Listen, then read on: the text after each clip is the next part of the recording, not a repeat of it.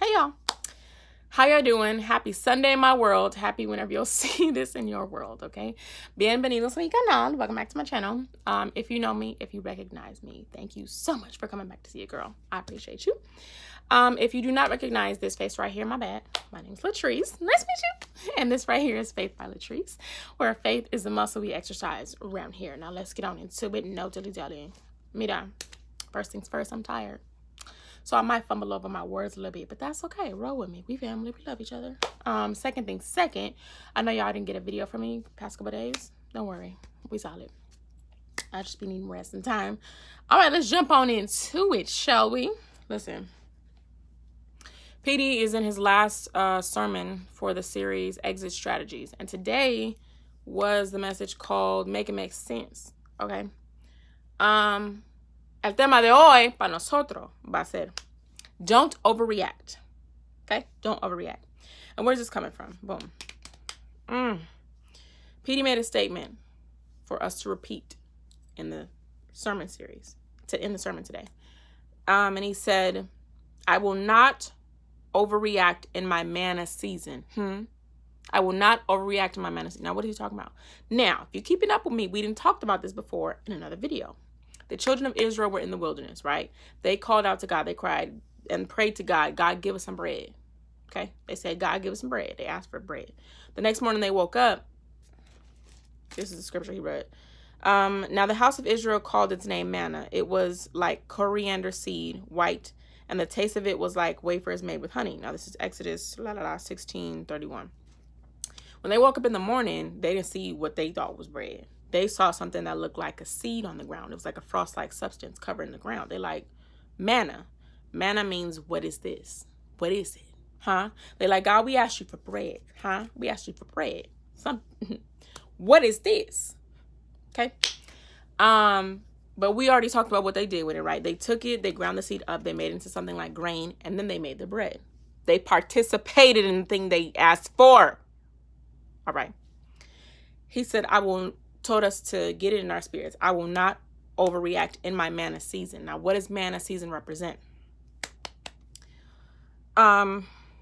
Basically, it is a seasonal season. It's a temporary time.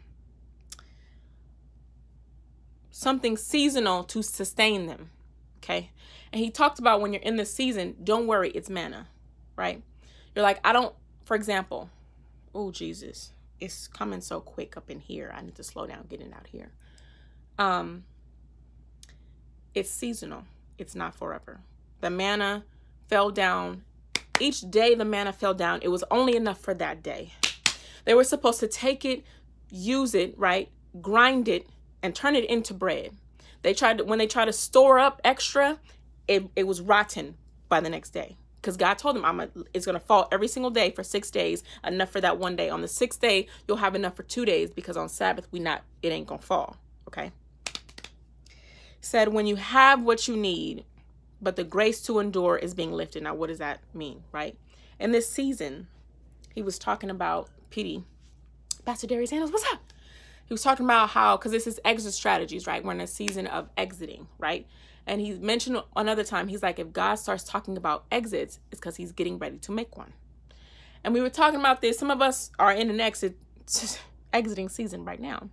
He was saying, you're in an exit season or you're getting ready to exit something when what you need, when you have what you need, but the grace to endure is being lifted. Now, what does that mean? What is an example of that?